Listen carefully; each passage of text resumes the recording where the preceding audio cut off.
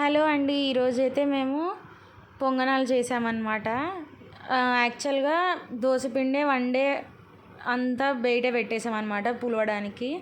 ఇప్పుడేమో పిండి బాగా పులిసింది. పులిస్తేనే బాగుంటుందన్నమాట మనకి పొంగనాలకి. ఇప్పుడైతే కొద్దిసేపు రీఫ్రెష్ అవుదామని మార్నింగే ఇలా బయటకు వచ్చాము బాల్కనీలోకి. మా బాల్కనీ నుంచి వ్యూ చాలా బాగుంటుంది ప్రశాంతంగా.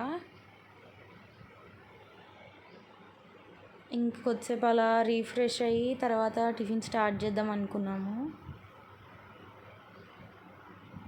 మీరు కూడా డైలీ కొద్దిసేపు ఇలా రీఫ్రెష్ అవ్వండి. తర్వాత ఏమైనా వర్క్ స్టార్ట్ చేయండి. అప్పుడైతే మైండ్ ప్రశాంతంగా ఉంటుంది. ఎర్లీ మార్నింగ్ ఇలా చేస్తే బెటర్.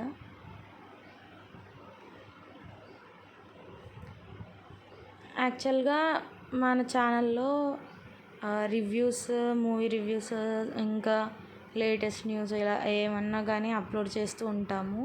వ్లాగ్స్ కూడా, ఇంకా రెస్టారెంట్కి ఏదైనా వెళ్తే దాని గురించి రివ్యూ కానీ ఇలా అన్నీ అప్లోడ్ చేసామన్నమాట. ఇంకా డిఫరెంట్ రెసిపీస్ మేము డైలీ ఏం చేసుకుంటామో అవి కూడా పోస్ట్ చేసాము. అంటే మా రకంగా మేము మా స్టైల్లో ఎలా చేసుకుంటామో అవన్నీ పోస్ట్ చేసాము.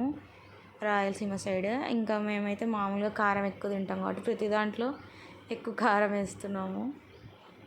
మీకు ఇంకా ఏమైనా డిఫరెంట్ రెసిపీస్ కావాలంటే తప్పకుండా కామెంట్ చేయండి. ఇప్పుడైతే మనం పొంగనాల రెసిపీలోకి వెళ్ళిపోదాము. యాక్చువల్గా ఇందాక తీసుకున్న పిండిలో కొద్దిగా వాటర్, సోడా, వంట సోడా కలపండి. తర్వాత జీలకర్ర, ఆవాలు కొద్దిగా వేసుకున్నాము. తర్వాత ఇలా పేస్ట్ చేసుకుంటున్నాము ఆనియన్స్, చిల్లీ, కొత్తిమీర, కరివేపాకు, ఇంకా అల్లము ఇవన్నీ మిక్సీ పట్టుకుంటున్నాం అన్నమాట. ఆ పేస్ట్ దీంట్లో కలుపుకుంటే చాలా బాగుంటుంది. అంతా కచ్చపచ్చగా కలుపుకోండి. ఇంకా సాల్ట్ కూడా యాడ్ చేసామన్నమాట పేస్ట్లో. అది కచ్చపచ్చగా కలుపుకుంటే మీకు అంటే నార్మల్గా ఏ చట్నీ లేకున్నా కూడా తినేయచ్చు మీరు. ఇంకా పసుపు యాడ్ చేసుకోండి. పిండిలో కలర్ బాగా వస్తుంది.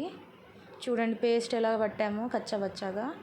దీన్ని ఇప్పుడు మన పిండి మిశ్రమంలో కలిపేస్తున్నాము.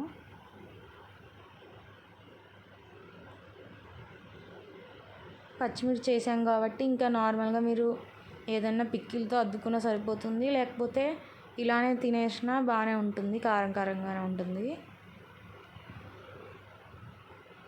ఇంకా మీరు ఈవినింగ్ స్నాక్స్కి కూడా తినొచ్చు పొంగనాలు, అప్పుడు కూడా బాగుంటుంది. చూడండి ఎంత బాగా వచ్చిందో టెక్స్చర్ పిండిది. ఇవేమో గుంత పొంగనాలు అన్నమాట. మా ఇంట్లో ఫేవరెట్ గుంత పొంగనాలు. ఎన్ని తింటున్నా ఇంకా ఇంకా అలా తినాలనిపిస్తూ ఉంటుంది. ఇంకా పసుపు యాడ్ చేసామన్నమాట కొద్దిగా. నార్మల్గా మేము ఎక్కువ వేసుకోవడానికి ట్రై చేస్తాం ప్రతిసారి. ఇప్పుడైతే చూడండి ప్యాన్ పెట్టుకున్నాము. నార్మల్గా మీరు ఐరన్ ప్యాన్ వాడడమే బెటర్. నాన్ స్టిక్ ఎక్కువగా వాడకండి. అసలు మేము ఇంట్లో అయితే మా ఇంట్లో అస్సలు వాడం నాన్ స్టిక్. అది దానికి ఉన్న పైన ఏదైతే ఉంటుందో అదంతా మనం కుక్ చేసుకున్నప్పుడు కొద్ది కొద్దిగా మన వంటలో కలుస్తుంది. అది తింటే మనకి హెల్దీ కాదు. ఫస్ట్ అయితే ఎలా వస్తున్నాయి అతుక్కోకుండా అని చూడడానికి కొద్దిగా వేసి తీసేస్తున్నాం అన్నమాట. మీరు కూడా అలా వేసి చూడండి. ఎందుకంటే మళ్ళీ అంతా వేసాక బాగా సరిగ్గా రావన్నమాట పొంగనాలు. ఫస్ట్ అయితే ఆయిల్ యాడ్ చేసుకోండి. ఇంకా కొద్ది కొద్దిగా వేసి ట్రై చేయండి.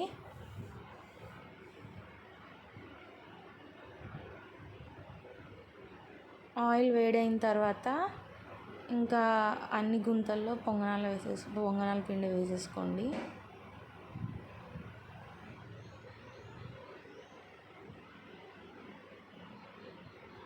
చూడండి ఇప్పుడు మనకు కాలాయని అర్థమవుతుంది కదా. ఇప్పుడు తీస్తున్నాము. చూడండి ఎంత గోల్డెన్ బ్రౌన్ కలర్లో వచ్చింది, ఎంత బాగా వచ్చాయో.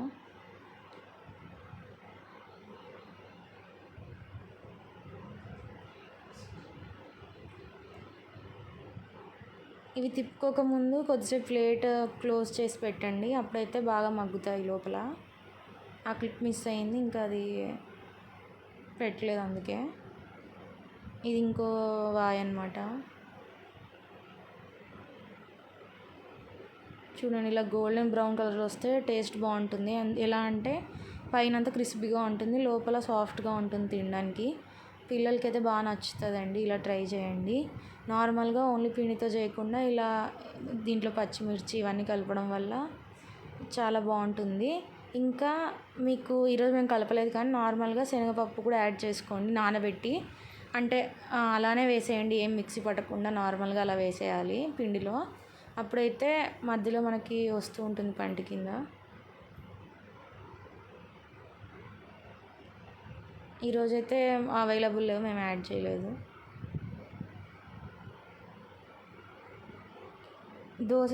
దోశకి వేసుకున్న ప్రతిసారి నెక్స్ట్ డే కానీ 2 days తర్వాత కానీ ఇలా పక్కా ట్రై చేయండి పొంగనాలు, చాలా బాగుంటాయి. ఓకే, ఇంకా పొంగనాలు రెసిపీ అయిపోయాక మేము మధ్యాహ్నం అయితే మిర్చి ఉంటుంది కదండి, బజ్జీ మిర్చి, దాంతో కర్రీ చేస్తున్నాం అనమాట. ఫస్ట్ అయితే మిర్చిని ఇలా ఆయిల్లో కొద్దిసేపు వేపుకోండి బ్రౌన్ కలర్ వచ్చేదాకా. తర్వాత సాల్ట్, దీంతో కర్రీ మామూలుగా ఎక్కువ మంది చేసుకోరు కానీ పక్కా ట్రై చేయండి, చాలా బాగుంటుంది. కారం,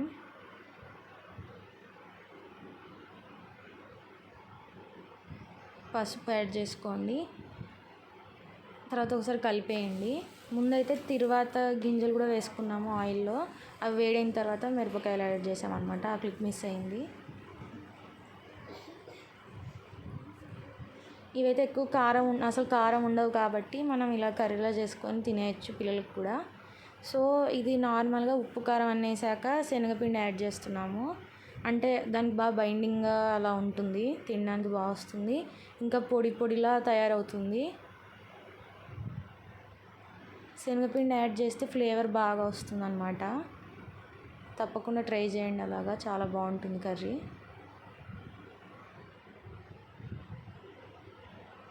చూడండి, అక్కడే అర్థమవుతుంది చూడండి, బాగా శనగపిండి వేగిన తర్వాత నిమ్మకాయ కూడా యాడ్ చేసుకున్నాం అన్నమాట.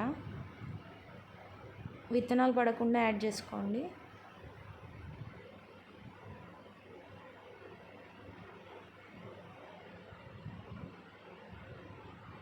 తర్వాత మళ్ళీ ఒకసారి కలిపేసి శనగపిండి ఇంకా కావాలన్నా మీరు యాడ్ చేసుకోవచ్చు.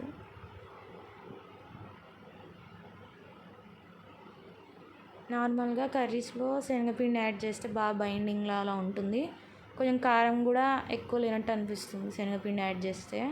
మీకు కారం నచ్చకపోతే శనగపిండి ఎక్కువగా యాడ్ చేసుకోవచ్చు. మనకి శనగపిండి ఏగిందని ఎప్పుడు తెలుస్తుంది అంటే స్మెల్ అంతా, అంటే పచ్చి స్మెల్ ఏదైతే ఉంటుందో శనగపిండిలో అదంతా పోతుంది. మీకు మంచి స్మెల్ అయితే వస్తుంది శనగపిండిది వేగినాక.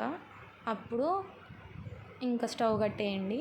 చూడండి ఎంత బాగా వచ్చిందో.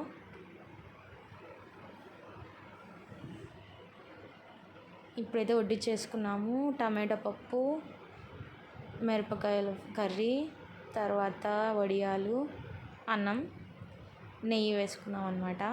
చాలా బాగా వచ్చింది టేస్ట్ అయితే. Thank you.